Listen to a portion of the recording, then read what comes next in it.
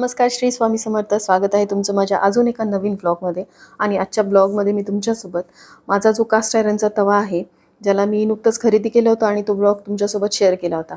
तर हा जो तवा आहे तो कास्ट आयरन चा तवा आहे आणि इंडस व्हॅली ब्रँडचा मी तवा खरेदी केलेला आहे. आजच्या या व्हिडिओमध्ये कास्ट आयरनच्या तव्याला तुम्हाला कशाप्रकारे प्री सीझन करायचं आहे ही माहिती शेअर करणार आहे.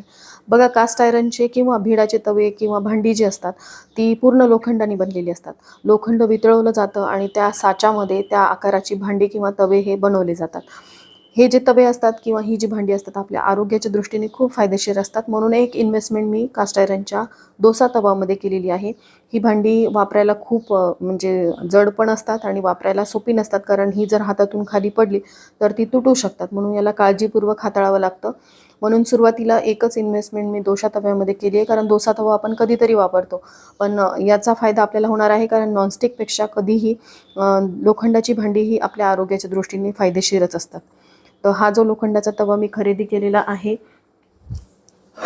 तर हा जो कास्ट आयरनचा तवा मी खरेदी केलेला आहे, याला कशाप्रकारे प्री सीझन करायचं आणि तुम्हाला मेंटेन ठेवायचं आहे याविषयीची माहिती आजच्या व्हिडिओमध्ये शेअर करणार आहे.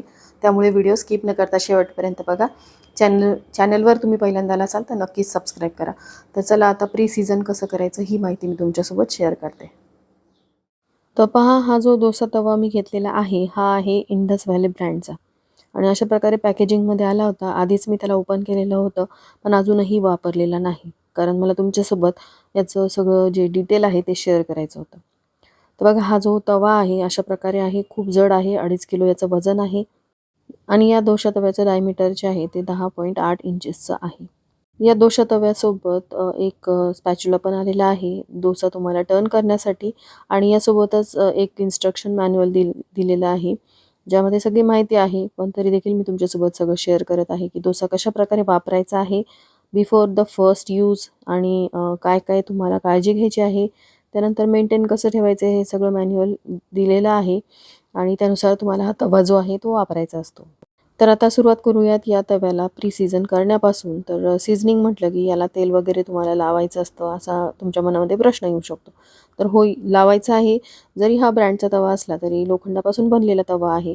याला प्री सीझन करून पाठवलेलं असतं, तरी देखील पहिल्या वापरामध्ये आपण तसंच वापरत नाही. याला स्वच्छ धुवून घ्यावं लागतं. आणि कोणत्याही कास्ट आयरनच्या भांड्यांना किंवा तव्याला तुम्ही गरम पाण्याने सुद्धा स्वच्छ करू शकता. पण खोलगट भांडं असतं तर मी त्याला गरम पाण्याने धुतलं असतं, कारण असं केल्यामुळे ते लवकर स्वच्छ होतं. पण तवा तर फ्लॅट असतो, त्याला आपण साध्या पाण्याने सुद्धा स्वच्छ करू शकतो.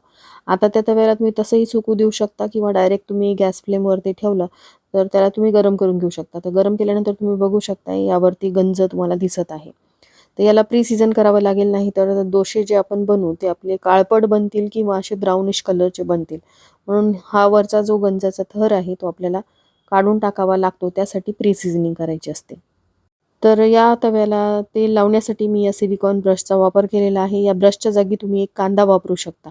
त्या कांद्याला चाकूनी किंवा काटा चमच्याने टोचून घ्यायचा आणि तो कांदा तव्यावरती फिरवायचा. त्यानंतर एक कांदा मी रफली चॉप केलेला आहे आणि तो कांदा जो आहे तो या तव्यावरती मी परतून घेणार आहे. तर पहा, हा जो कांदा आहे चांगला काळसर होईपर्यंत आपल्याला परतायचा आहे. तसं या ब्रँडचं जे मॅन्युअल आपल्याला आलं होतं, ज्यामध्ये सर्व इन्स्ट्रक्शन दिल्या होत्या, त्यामध्ये असं काहीही लिहिलेलं नव्हतं. पण यावरती जो गंज दिसत होता त्यामुळे डोसा हा काळपट होईल असं वाटलं. आणि इथे तुम्ही बघू शकताय कांद्याला सगळं ब्राऊन कलर लागतोय. याचा अर्थ हा तवा जो आहे तो अजूनही डोसा बनवण्यासाठी रेडी नाही. आपल्याला वरील असलेला गंजाचा थर पूर्णपणे काढून घ्यायचा आहे, तव्याला छान प्रिसिजन करायचा आणि त्यानंतरच तो तवा वापरायचा आहे. कांदा छान लालसर होईपर्यंत परतला, गॅस बंद केला आणि हा तवा मी तसाच ठेवला.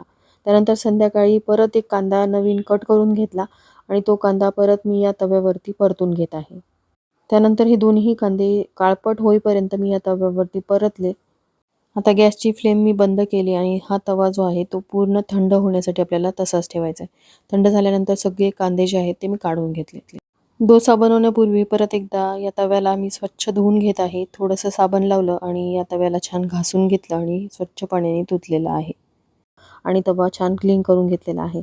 आता या तव्याला आपल्याला स्वच्छ पुसून घ्यायचं आहे. एक तर तुम्ही टिश्यू पेपरचा वापर करू शकता किंवा मी इथे एक पांढऱ्या रंगाचं कापड वापरलेलं आहे, तसा कपडाही तुम्ही वापरू शकता. तर पहा आता या तव्याला संपूर्ण तेल लावून घेतलं आणि त्यानंतर एक एक करून मी डोसा बनवायला सुरुवात केलेली आहे. सुरुवातीला अगदी थोडंसं बॅटर मी टाकून बघितलं. छोटासा डोसा बनवूयात असं वाटलं, की हा बिघडेल की काय? पण पहिला डोसा जो आहे तो चिटकला नाही, काही नाही. व्यवस्थित प्रकारे बाहेर निघाला. छान क्रिस्पी पण झाला होता.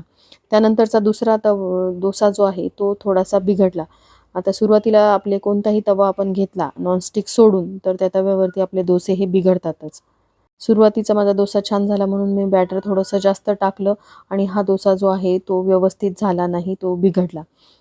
पहिला डोसा छान क्रिस्पी झाला होता म्हणून मग मी दुसऱ्या वेळेस बॅटर जास्त टाकलं. इथेच माझी चूक झाली. थोडंसं व्यवस्थित बॅटर टाकायला हवं आणि एकदा सवय झाली की मग आपण डोसे जे आहेत ते पटापट बनवू शकतो. पण सुरुवातीला तुम्हाला थोडंसं काळजीपूर्वक या तव्याला हाताळावं लागतं.